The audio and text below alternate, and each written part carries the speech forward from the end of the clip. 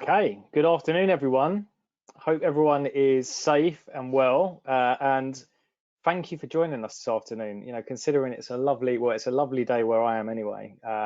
You could be out in the sun, but you're taking the opportunity to join this session and find out about how you can maximize the opportunity and maximize your summer with CIMA. So, by way of introduction, my name is Jason Nye, and I'm joined by my colleague Joanne Monkman, and we are both managers within our student recruitment team. So we work very closely with universities across the UK, colleges, schools, to share information about the CIMA qualification and the career path of going on to become a chartered global management accountant. We also have the pleasure of supporting CIMA's employer partners as well in terms of accessing graduate opportunities and jobs for people to go into businesses and qualify and be sponsored to do the CIMA qualification.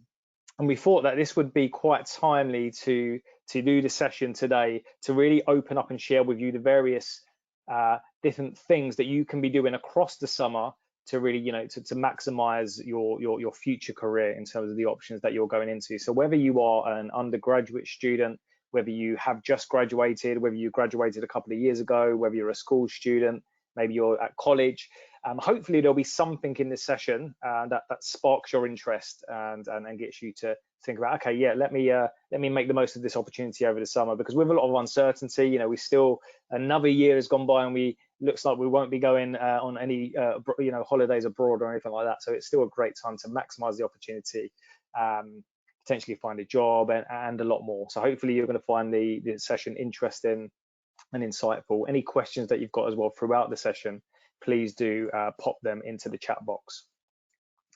After the session, if you want to find out more about CIMA in terms of the qualification, in terms of job opportunities, in terms of future events that we're going to be hosting, then please do go and sign up at our My Future website. So you've got the link here on the screen, myfuture.cimaglobal.com/me. In fact, if you want to sign up now, you can go and do that. It's quite a quick form that you fill out. And we can start to send you regular updates from CIMA. So we can tell you what we're doing in terms of the CIMA qualification. If there's any special offers and deals that we have, we can update you about the jobs with our employer partners. So when there are internships, when there are placements, when there are graduate vacancies, and there are right now, by the way, even for this summer, there are opportunities, we can tell you about these.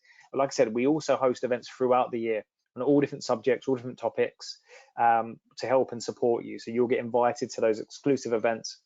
And once you've filled out that form, you can go and check out the My Future website, because if you want further information about CIMA, you want to read up more about the qualification, the structure, you want to read about people's journeys, the My Future website has a wealth of content to help you understand the CIMA career path and what you can go down. So again, please do feel free to go and sign up on that website if you want to find out more and get those regular updates.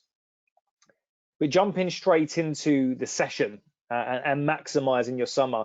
There's obviously lots of things that we can be doing, and one of the things that you could be doing is obviously taking a break. If you've been busy at university or you've been busy at work, you can of course take a break, and I think everyone deserves some form of break this summer. But there's a lot of time over the summer, right? We could spend the full time lazing around, but there's also an opportunity to have some fun, to relax, but also to think about our careers, whether we want to progress in our career, whether we're just starting our career, or whether we're thinking about our future career. I think there are lots of options and opportunities that we can be doing to maximize your summer. So what we've pulled together here, myself and my colleague Joe, is we've pulled together some areas that we feel are some suggestions for you in terms of how you can maximize the summer ahead of you. And you can see there's a few things here. The first one is studying towards your professional qualification, and in this case studying CIMA, and Joe will talk a bit about that shortly in terms of whether you're at university still, whether you finished university, how do you get kick-started into the CIMA qualification, and how can that help you into your future career.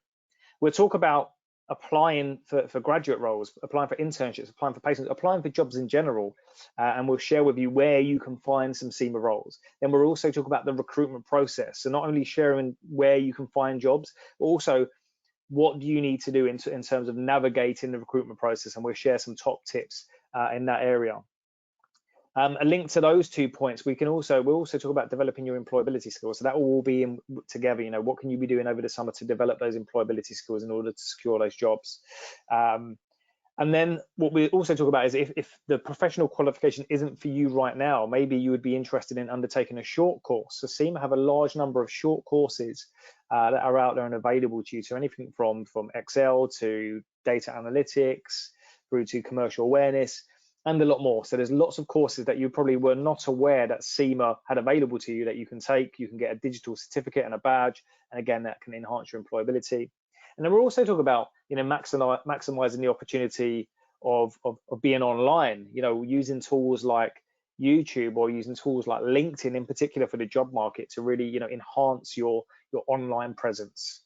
So it's not just you applying for jobs, you are profiling yourself to future employers, and they may come to you and look to you to recruit you based on your online presence and your online profile. So these are the sort of areas that we're going to be covering today. We'll go into all of these in a bit more detail as we go through. And with that in mind, we're going to start the first option for you, which is going to be about studying your professional qualification. And that's going to be studying the CIMA qualification, of course. And with that in mind, I'm now going to hand over to my colleague, Joe, who is going to take you through this part of the presentation. Over to you, Joe. Thanks, Jason. So guys, you're probably sat there thinking, oh, you know, why would I want to study a qualification when I've got all this time off? With CIMA, you don't have to do the whole lot before you get recognition, and I'm going to talk through that. Some of you might get exemptions, some of you might not, and again, we're going to cover that, and we're going to look at what is the benefit of doing, you know, a couple of CIMA exams or even one CIMA exam throughout your summer. So next slide, please, Jason.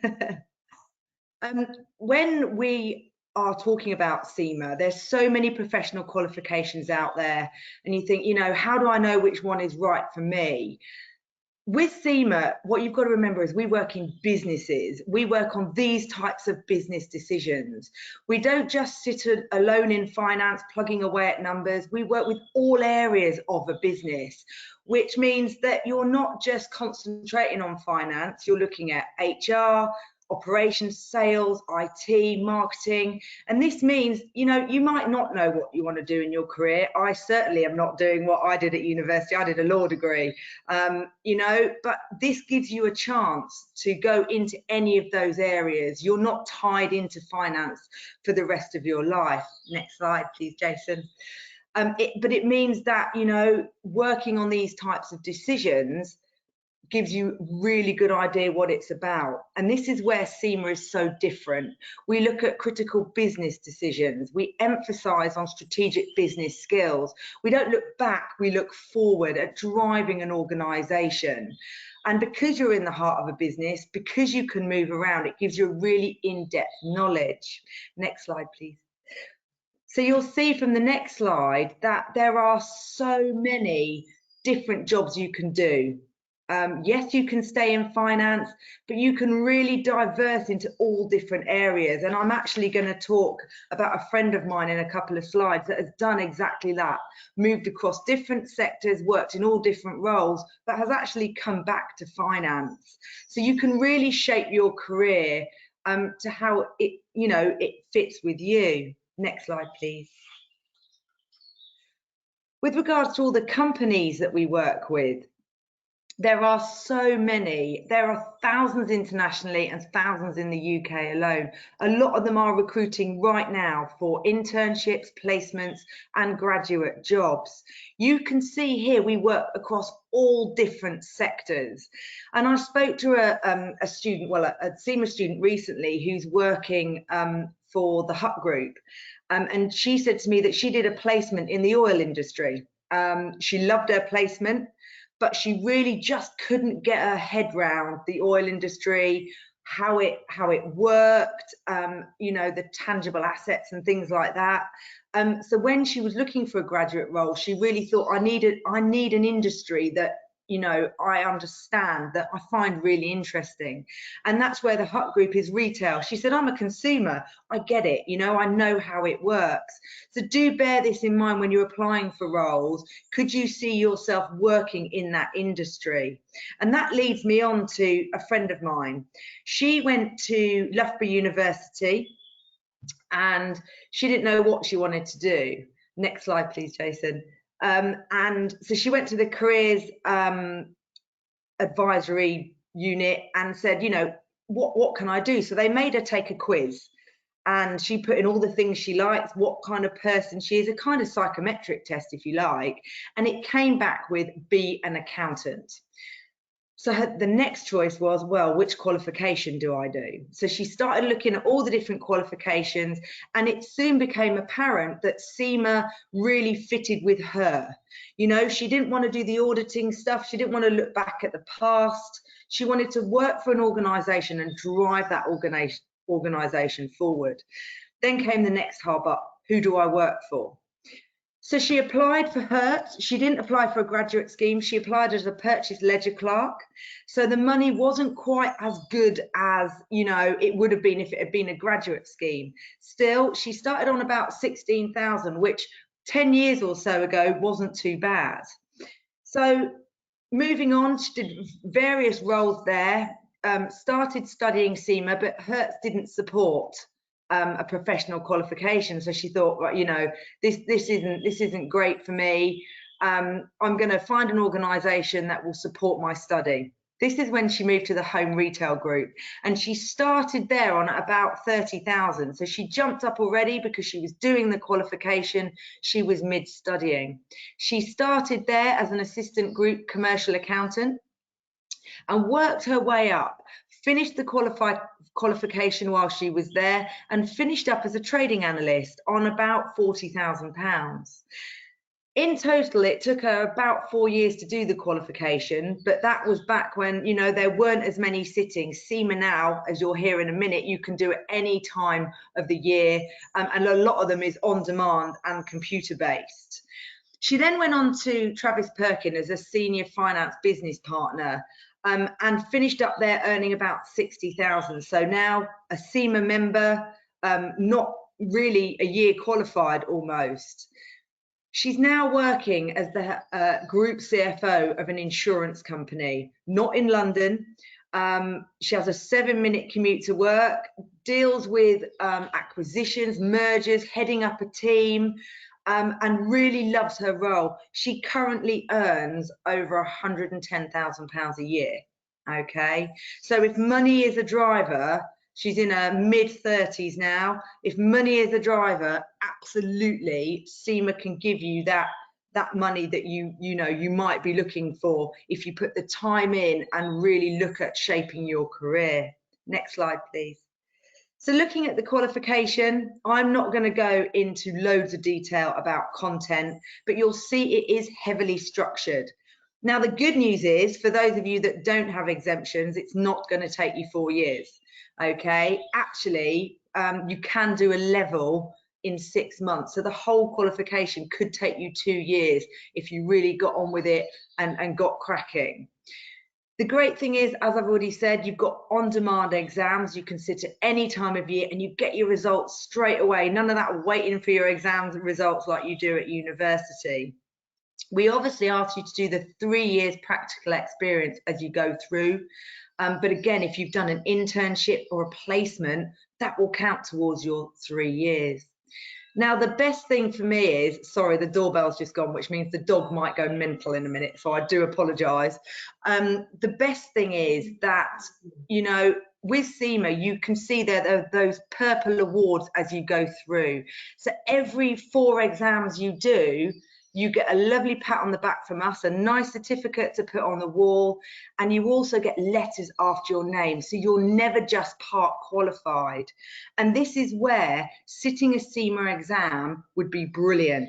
So even if you're exempt from that first level, that certificate level, if you sit 1 exam at that level, you will gain that qualification. You will become a Cert BA, which is absolutely fantastic. Again, some of you might have exemptions, which means that you will go on and sit an objective test, which might be at the operational level or at the management level. And again, those exams will see you fit on your way and look really good on your CV. Next slide, please, Jason. So with exemptions, as I've already mentioned, a lot of exemptions, a lot of undergraduate degrees and postgraduate degrees come along with exemptions, which is fantastic. It depends on how relevant it is. So there goes the dog. That's really sorry. So as I said, if you're doing maybe a business degree or economics or something along those lines, you'll be exempt from the certificate level, which is the first 4 exams. If you're doing an accounting and finance degree, what you'll find is that you'll get the next level, so the operational level. If you do the management, if you do postgraduate degree, such as accounting and finance or something along those lines, then you'll come in at the management level case study, which is absolutely brilliant, because then you only have 5 exams to do. Now, the best thing out of all of this is actually because you are free from all exemptions, which is great. Some other qualifications might charge you, and when you're registering, it's ever so difficult. If you're not already registered as part of a partnership, then you know you've got that extra cost as well, which can make it a bit difficult. So let's look at how to register.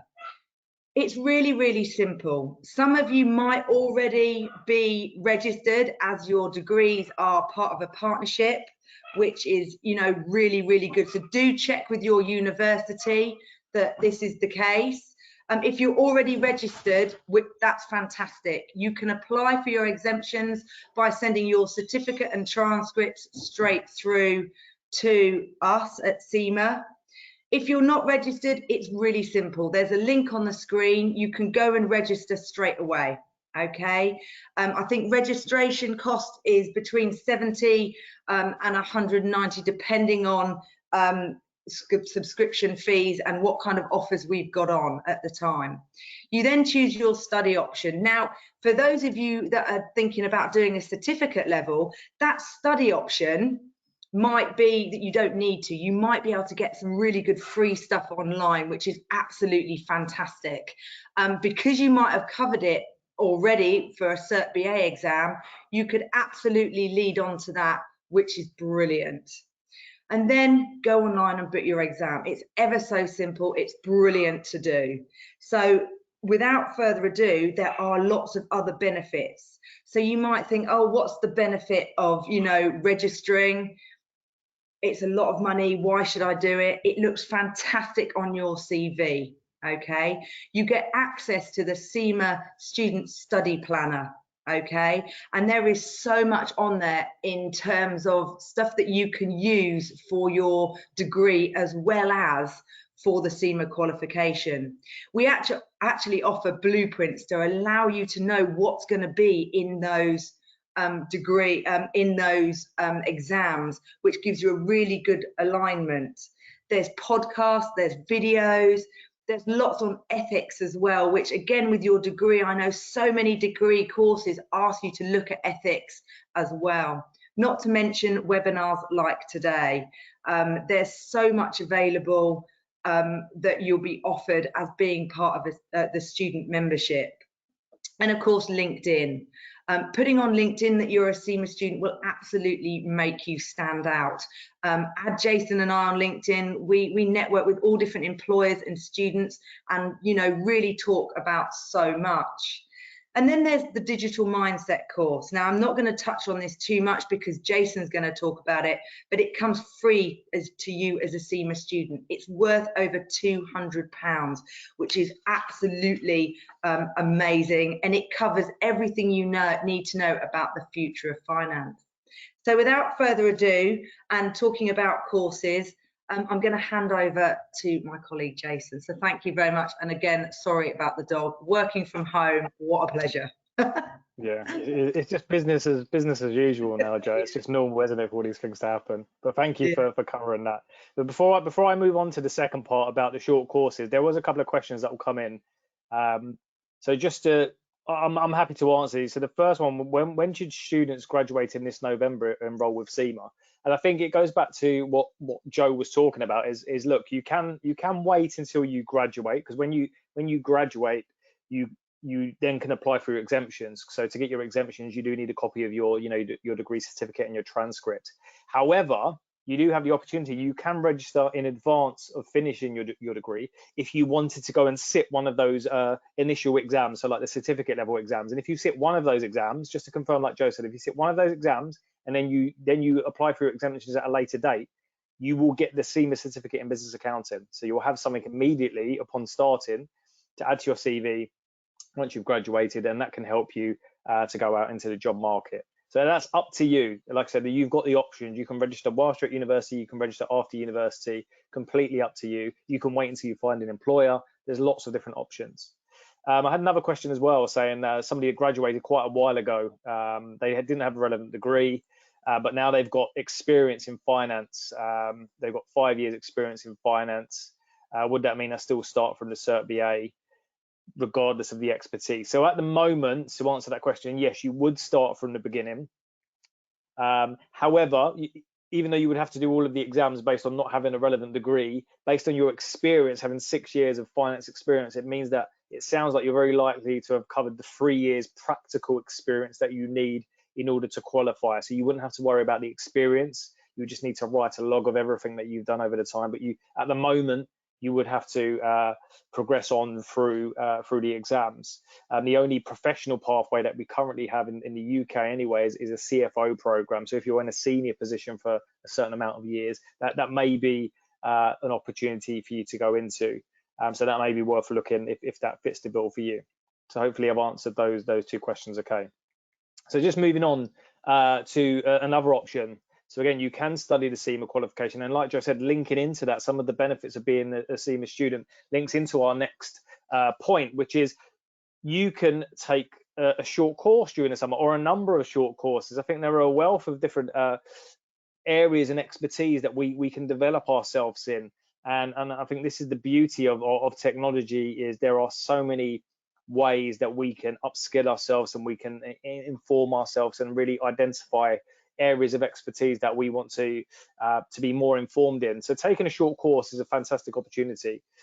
So depending on what you want to go into, the type of company that you want to go into, maybe certain areas that you want to develop yourself more in, so whether it's Excel, whether it's something to do with digital and technology within the finance function, whether it's your presentation skills, your negotiation skills, we actually have a large range of courses, short courses, aside from the full CIMA qualification, short courses that you can undertake that are going to take, it's not going to be like a 3-year program. It's going to be a short course you can take over the summer. Like I said, you either get a certificate for professional development, you can get a digital badge that you can add to your online profiles, and again, you're either demonstrating to your existing employer or to prospective employers into the future that you are upskilling, you're going above and beyond, and you're maximising the opportunity in the summer to really develop those employability skills.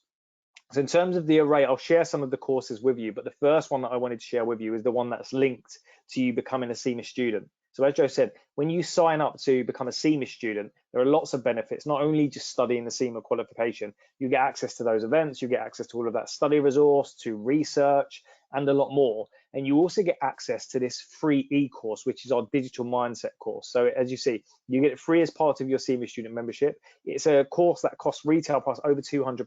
So you're going to get that as part of your registration.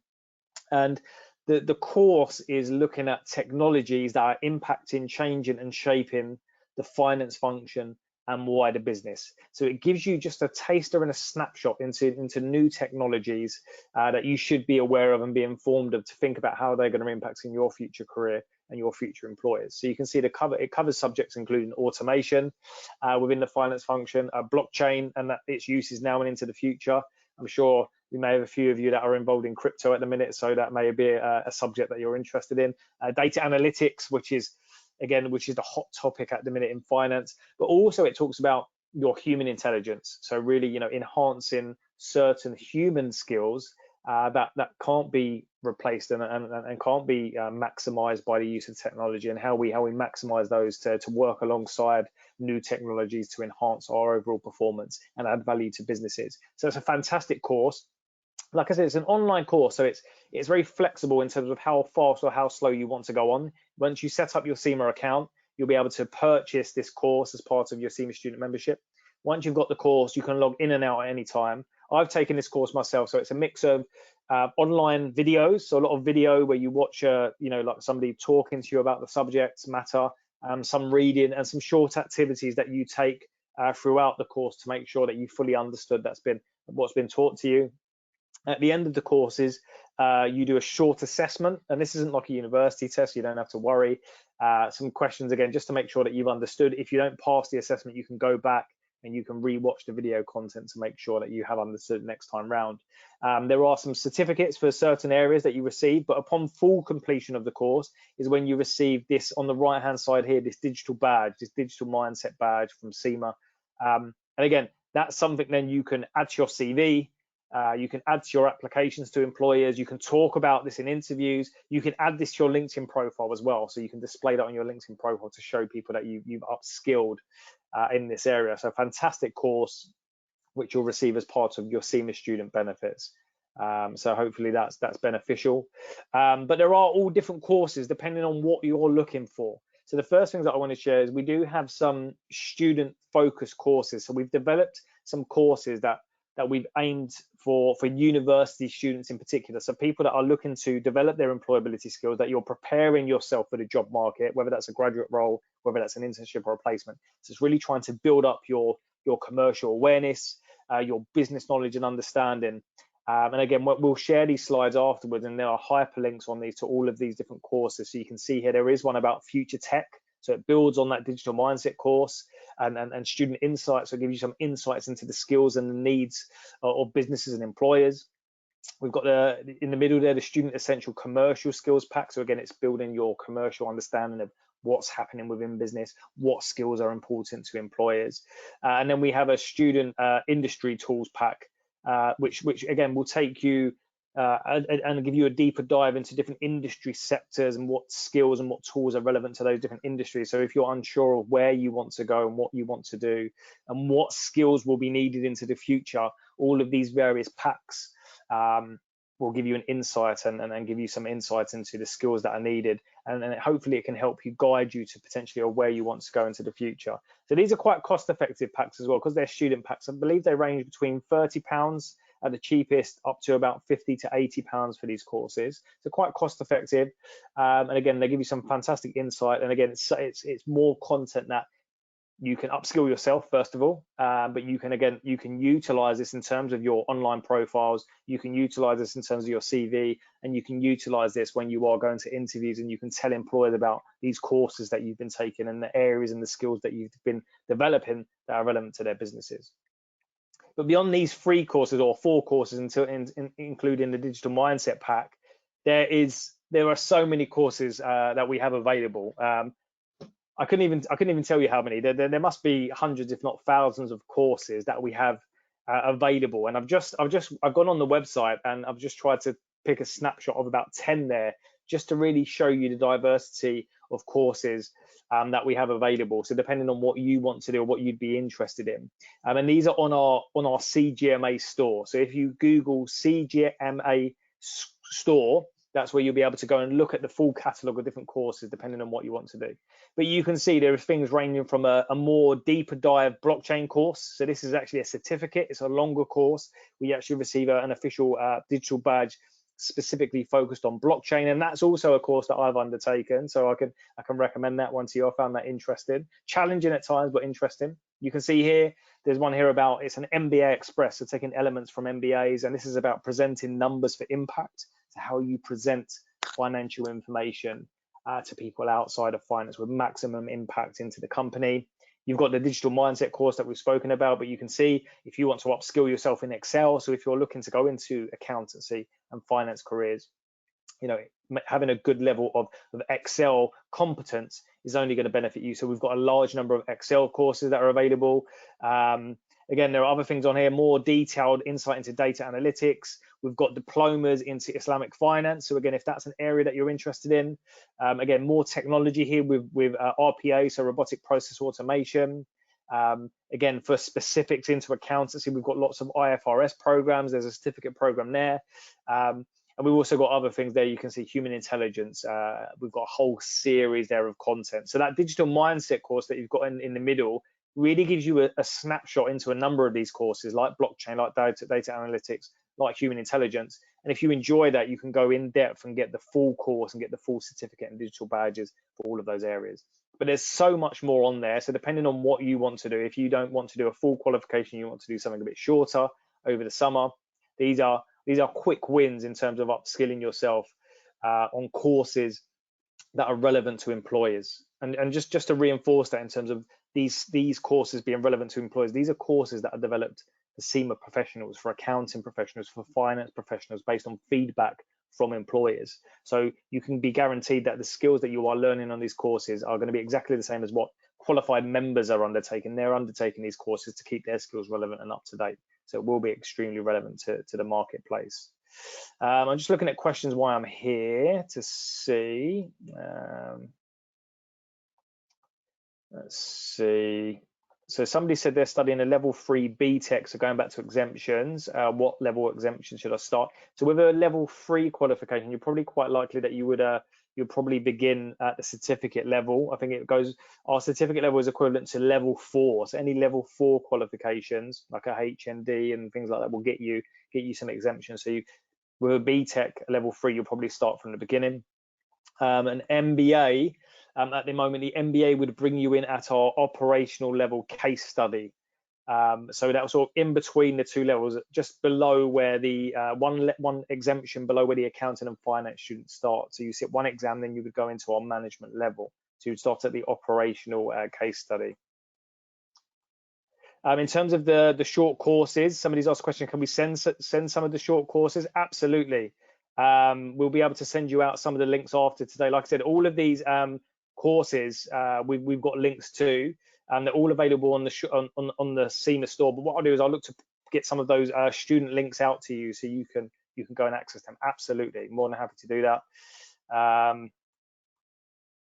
Somebody said a course is like the blockchain course available with the CIMA student membership. So the only course that you have available with your CIMA student membership, if I jump back, is the digital mindset course, and that does include blockchain. So it's not the full certificate, but there are elements of that certificate within this. Does that make sense? So the digital mindset course is giving you a snapshot of a number of areas. If you do this course and you feel, okay, I really enjoyed the blockchain area, I'd like to learn more about that, then you can go and you can purchase the full blockchain course if that's of interest to you. In order to register as a CIMA student, our standard registration is £77 to register. And then after your first year of registration, then you have membership subscriptions. If you are studying at one of our university partners, and you would know, you can ask your lecturers about that, you may be able to be eligible to sign up for a discounted rate, but that's not with every university. That's only with a handful of universities. But all of the fees, again, you can find them on our website. If you go cimaglobal.com /register, that's where you can register as a student. Okay, so the next thing that I want to talk about before passing on to Joe is okay, so we've maybe started our CIMA qualification, right? And we've sat that exam, maybe we've got our certificate, we've got our exemptions if we've graduated. We've maybe now taken some short courses like the digital mindset course, and we've done some other bits and pieces, and now we want to utilize this, right? And the next thing that you can, of course, is apply for roles. And the great thing about CIMA is, because as you saw earlier with Joe's slide with all of the employers, we work with such a diverse range of employers. So any industry, any sector that you're interested in going into, you can find CIMA people working. If you just take an example of Joe's friend who went into from Hertz through to Home Retail Group and so on and so forth, you can see how you can actually take this qualification, work in a diverse number of roles, but also work in a diverse number of employers. And because we work with such a large range of employers, the good news is throughout the year, we are finding new job opportunities. So in terms of university jobs, first of all, so if you're looking for internships, even this summer, placement years, graduate roles, if you're looking to graduate shortly, every single week of the year, we upload and we find new opportunities with our employer partners for you. So in good and in bad times, so even during the entire pandemic, we've managed to identify job roles for students. If you are, again, an experienced professional, like we've heard earlier, some of you have already got experience, we do have those jobs as well available to you. So it's not solely just these graduate jobs, but all of the jobs, whether it's experienced hires, whether it's entry-level roles, whether it's internships, apprenticeship, whatever you're looking for, we have this global career hub that's open and available to you. So it's the Association Global Career Hub. Again, you can Google that. Hopefully we'll get some links out to you, but there are plenty of jobs on there. We've just taken a screenshot to highlight some of the jobs that are open and available. So you can see from internships through to graduate programs, to placement programs, and a lot more. So there are a real wealth of opportunities. And this is across the UK. This is across the UK and outside of the UK. We're obviously talking about the UK today, but if you're looking for international opportunities, you can also find all of those on the Career Hub. Lots and lots of good opportunities. And like I said, every single week we post new jobs. And if you follow myself and Joe on LinkedIn, we both tag team quite well on LinkedIn as well, because we do a job of the day and we seem to do different ones. So you can see, if you follow both of us, you'll get two for the price of one every day. You'll see a different job, one from Joe, one from me. So hopefully that's useful. And then again, like I said, rest assured, we are every single week, we are actively looking for jobs, and we'll share as many as we can with you throughout the year. So with that in mind, I will pause now. I'm going to pass back to Joe. So we've shared with you, studying CIMA, upskilling yourself, developing those employability skills by taking short courses. We've showed you where you can find jobs on our global career hub. Now Joe will touch on a little bit about now preparing to apply for some of these jobs and the recruitment process. Thank you, Jason. And the dog is now quiet. So you're probably thinking, oh, how do I prepare, for a recruitment process? What's it all about? You absolutely can do. And the biggest tip from both Jason and I would be get some experience. Now, again, people go, well, how do I get experience if I haven't got experience, and you're chasing your tail? Any kind of work, whether it's working in a shop, any kind of retail bar, whether it's like volunteering, just anything to put on your CV. I talk to so many people that say, well, I haven't got any, I haven't got any experience. I don't know what to do. If you're going after a graduate role or any kind of role, they want to see how you can work. There's some fantastic agencies out there as well. But actually, what do employers want? Well, they want you to be commercially aware. They want you to be thinking on your feet and know what's going on in the world. A lot of people sort of say, well, what is commercial awareness? It's looking at what's going on around you, what's happening in the environment, what's happening in the economy. There are lots of industries at the moment that are struggling, but some are absolutely flying. If you're applying to an employer, what's happening in their world? Okay, are they making any acquisitions, mergers? Are they selling off parts of their business? What is happening? Candidates with relevant transferable skills. So having a hobby, what do you get out of your hobby? Do you play in a team? Even if it's an individual hobby, it's something that you can talk about. So I horse ride. Time management for me is absolutely key, because I have so much going on. I need to plan my day, plan my week, to a point, plan my year. So talking about your hobbies, how you work in a team, how you work with others, employers absolutely love that. And of course, the obvious one is being enthusiastic, being passionate, having that passion and showing that.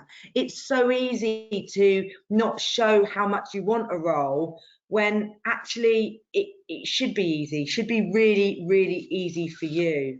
So let's look at the cycle.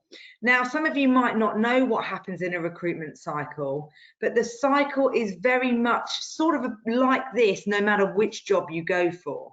So you've got the application form. This is a really good chance to sell yourself, okay? This is the bit where you have to impress, because this is one of the hardest bits to get past, okay?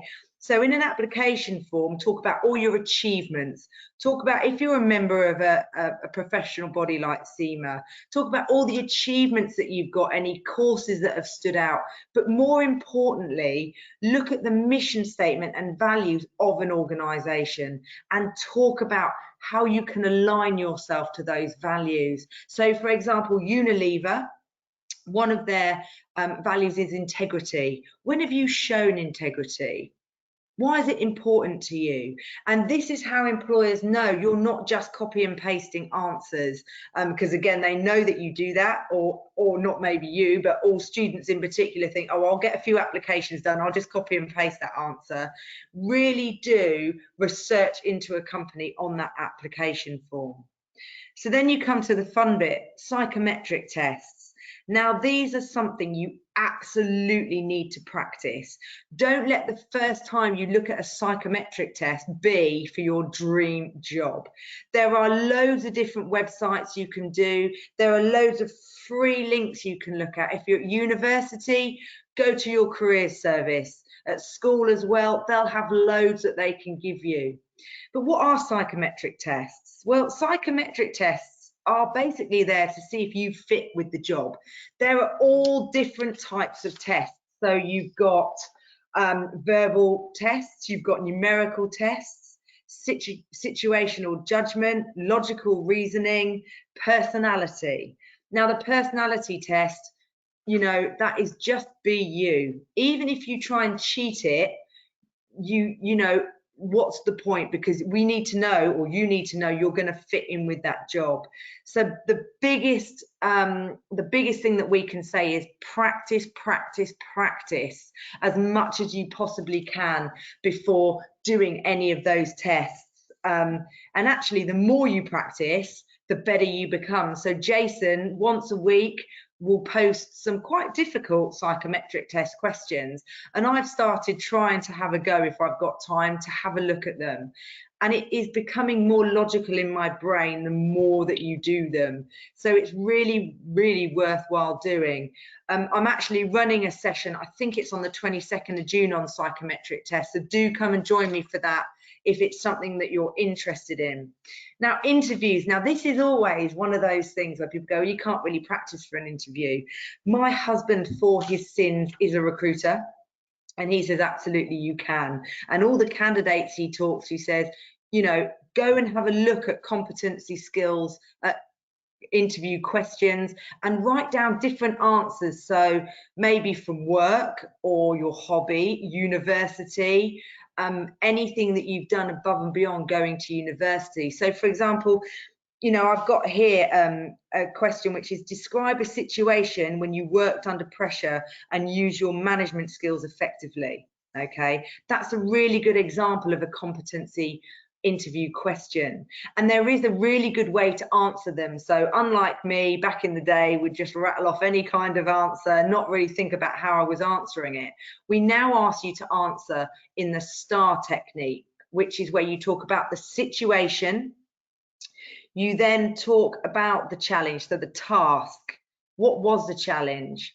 Then the most important bit is the action. What did you do? How did you do it?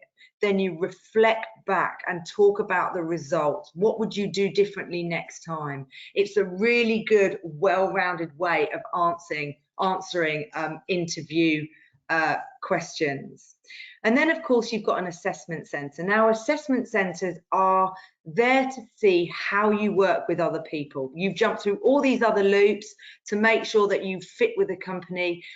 It's just to see how you work with other people. Okay, and for me, it was the most daunting thing out of the whole process. But what you've got to remember is everybody that's at an assessment centre is in the same boat as you. Okay, so let's look at a few hints and tips on, you know, how to get through an assessment centre. So you'll be assessed from the moment you're walked through the door. So when you're sat in reception, you're on your phone reading the Financial Times. The receptionist might look at that and think, oh, you're just on your phone. Okay, try not get your phone out at any point. You don't need it. I would say a really big hint and tip is to buy a watch, because you will be timed in the tasks that you're doing at an assessment centre, and having a watch is a great way of managing the task. Okay, so there's many jobs you can do as part of an assessment centre. Being the timekeeper is fantastic, because you're keeping on top of the task, you're drawing in all members of the team and looking at, you know, concentrating on where you are in the task, because the time will be cut at an assessment centre. They might send you off for 2 hours, but absolutely it's never ever 2 hours. You're an hour if you're lucky. Okay.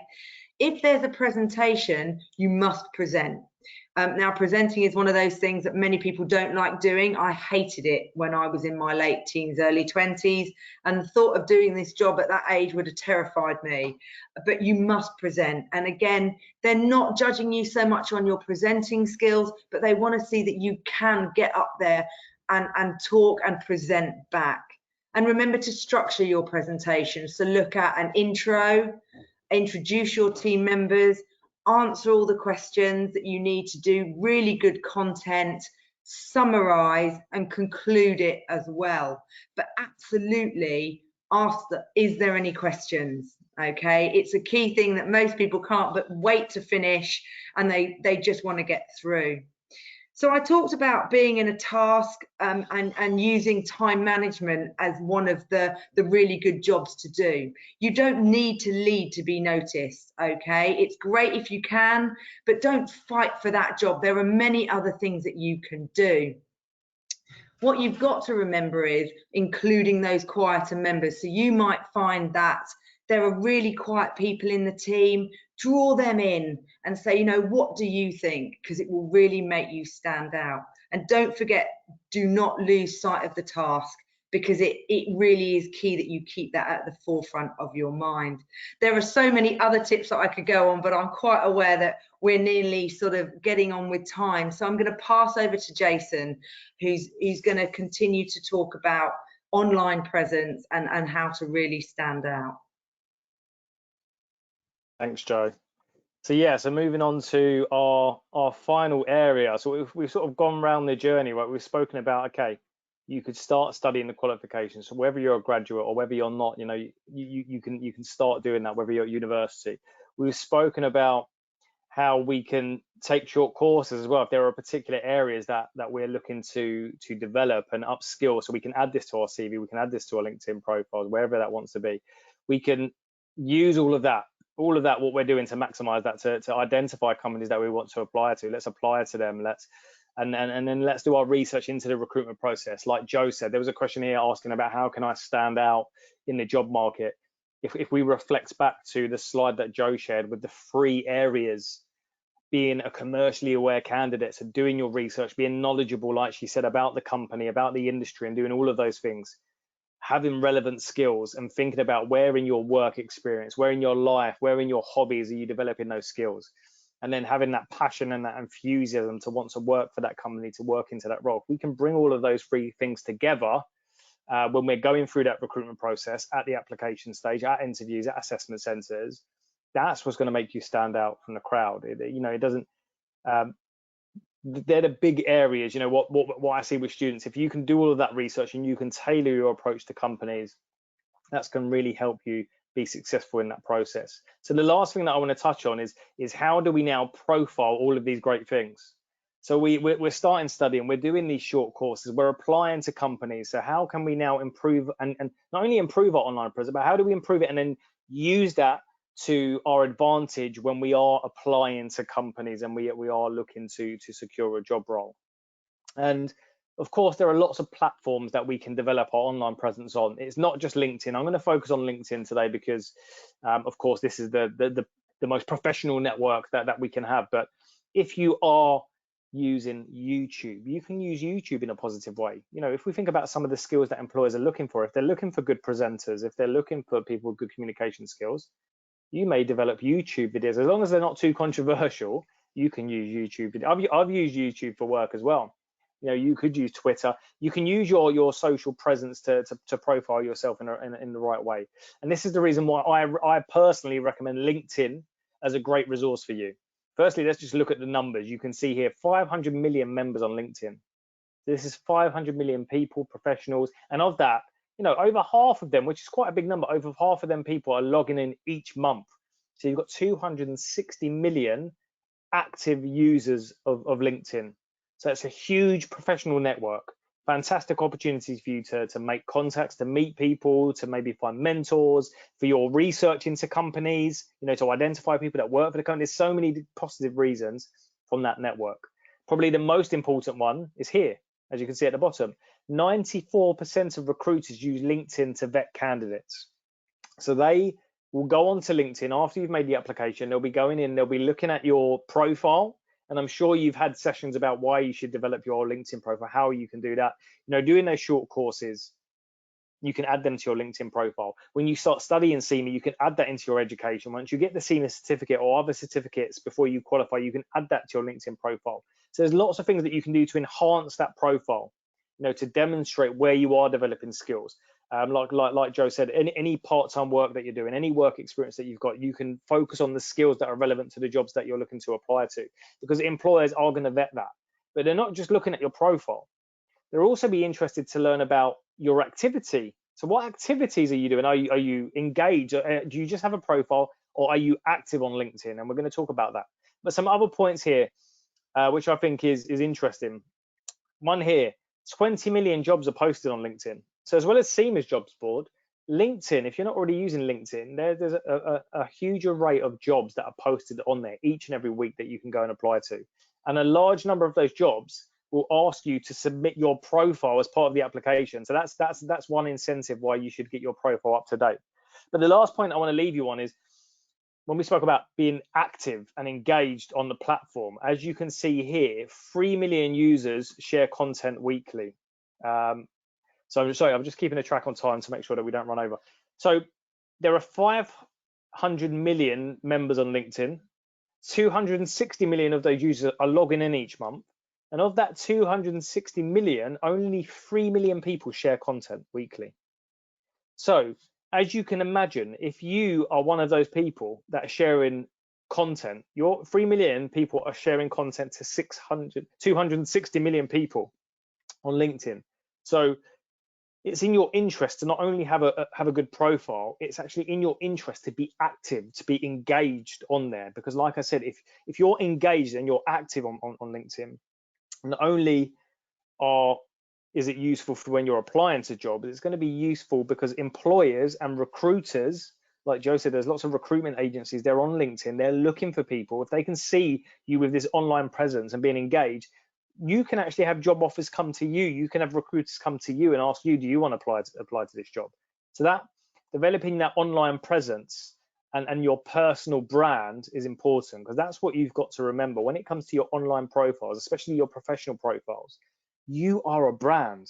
You're branding yourself. So always consider your personal brand. And as it says there, personal brand is the practice of marketing yourself and marketing your career, either your existing career or your career aspirations as a brand. So again, if you're looking to study CIMA, you're looking to go into accountancy, you're looking to work for particular companies, your online presence should reflect that. You should be talking about careers in accounting. You should be talking about industries. So it's about how you represent yourself and that professional brand on LinkedIn, and that can help you go a real long way on there and find opportunities. As we saw, as I've already said, be active. The more active that you are on there is only going to help you. So along with those 3 million users that share content, you can see there are 9 billion content impressions in LinkedIn feed every week. So from 3 million users sharing content, they make 9 billion impressions. So doesn't that show you already, if you're just active on there, how much engagement you can potentially get from some of your posts? There are articles, and it says only 1 million users have published an article. So that's more of an in-depth, longer piece that you can do if you want to go into depth. So maybe if you do one of the online courses, you want to talk about that in more detail, you can do. Because you can see for articles, about nearly half of LinkedIn article readers are in upper level positions. So if you want to spark the interest of a senior person within a company, try and write something a bit more in depth and utilize articles. My personal preference is I do lots of broad posts. So I post articles, I post jobs, as you've heard, I post psychometric tests. So I like to do posts and engage with people in my network, help and support them, as opposed to the articles. So there's lots of things that you can post. So you can post articles. If you read something and you think, you know what, that was really interesting, share it with your network. If your network will find that useful, share that. If you are applying to potential employers in certain sectors and industries, post content that relates to them, because when they look at your LinkedIn feed, they can see, oh wow, this person's been sharing articles about us or about our industry. They must have an interest. Showcase your personal successes. So again, when you pass an exam, say that you passed an exam. When you finish your degree, say that you finished your degree. A lot of people like to celebrate success. When you've sat a course, talk about what you've learned from that course. But it's not just about yourself. It's not just about you. Of course, you're undertaking your personal brand, but it's also important to support your network. So don't just post what you want to post. Sometimes post things that you feel that will be relevant to people that are in your network. So, but also support them. So share people's posts, like people's posts, comment on their posts, be involved with that community. Because again, you're just then broadening your network. You're opening up yourself to a wider network. There's so many things that you can be involved in. You can get involved in groups. There are lots of accounting and finance groups. There's a CIMA student group that you can jump onto. But make sure that you're active and that you're engaging, you're supporting that network.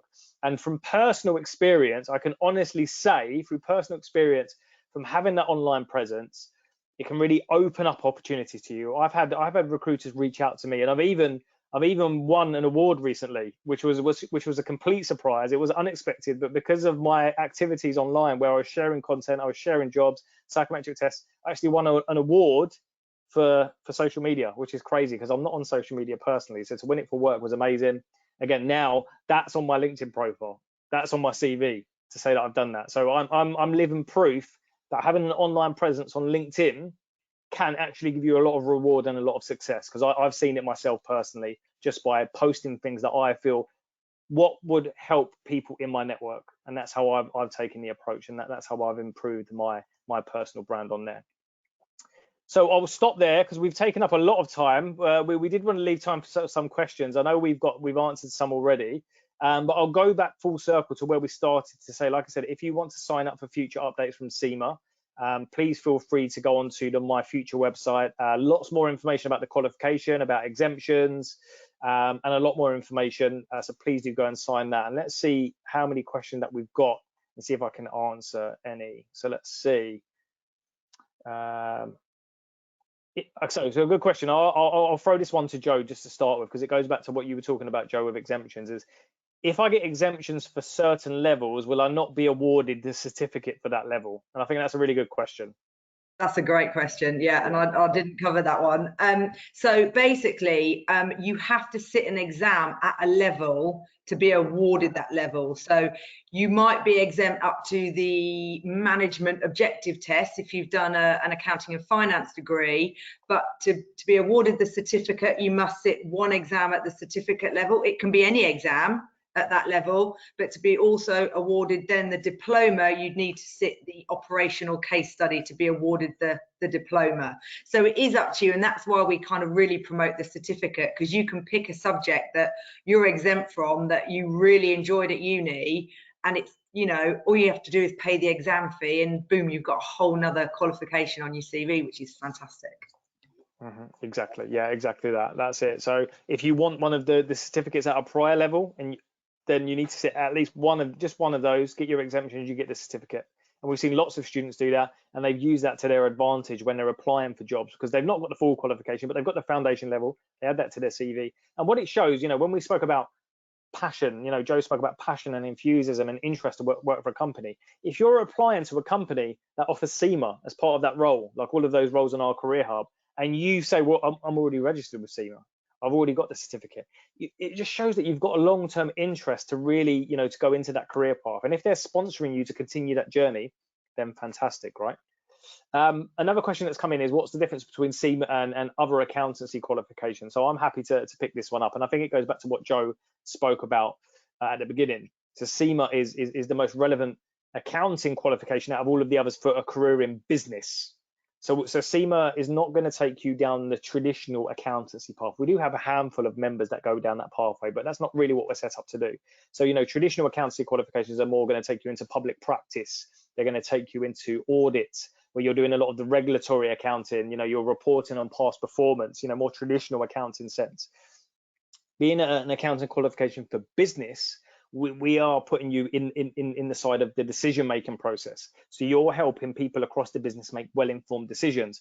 You're providing them with advice and recommendations on the way that they should go ahead and move forward. So it's very much forward thinking. It's about translating those financial numbers. So rather than doing the financial reports, it's about, you know, interpreting that financial information, translating that into business sense so people can make those decisions. So if you want to look forward, you want to be involved in decision making, you want to see, you know, companies make more money, save money based on your insight and your recommendations. That's what CIMA is about. And another key difference is the career path. So as you saw, it's not just about careers in accountancy. There's lots of fantastic careers in accounting and finance, but it can also take you into broader business, project management, consultancy, and a lot more. So that's the CIMA difference, really. If you want to work in finance but also have that door open to wider business, more management, that's where CIMA can take you. But again, this My Future website that we've got on the screen, once you fill out the online form, you can go in and read a lot more about CIMA, traditional accounting, management accounting, and what the key differences are there. So hopefully I've answered that question. I'll take one more question because we are at the 1 o'clock mark. If there is one there, or have I answered all of them now? Let me see. I may have answered them all. But as I look, I just want to say thank you to everyone for joining the session. Thank you to Joe as well for joining me and sharing these. Hopefully, you know, through all of the options that we've spoken about, we've given you something that resonates with you to do this summer, whether you're going to kick off your studies with CIMA, whether you're going to register, do a CIMA exam, do the digital mindset pack, whether you're interested in our short courses on our CGMA store, whether you're going to apply to a CIMA job, whether you're going to just get on LinkedIn and be really involved and engaged, or you're going to do all of those things. I think the main thing is to say, look, there's a fantastic opportunity here for you to maximize your summer, to stand out from the crowd. So hopefully we've given you some inspiration and some options to do that. All of you will receive the recording after this session. So if you want the pleasure of listening to us again, you're more than welcome to. And I'll see what I can find in terms of some links to some of our university short courses. So if you're interested in signing up to them, you can do. But again, thank you all again. Thank you, Joe, for joining me. It's a pleasure as always. And listen, enjoy your afternoon, enjoy your summer, and I look forward to seeing some of you on LinkedIn and seeing some of your successes. Yeah, definitely. Thank you very much. Take care, everyone. Bye-bye.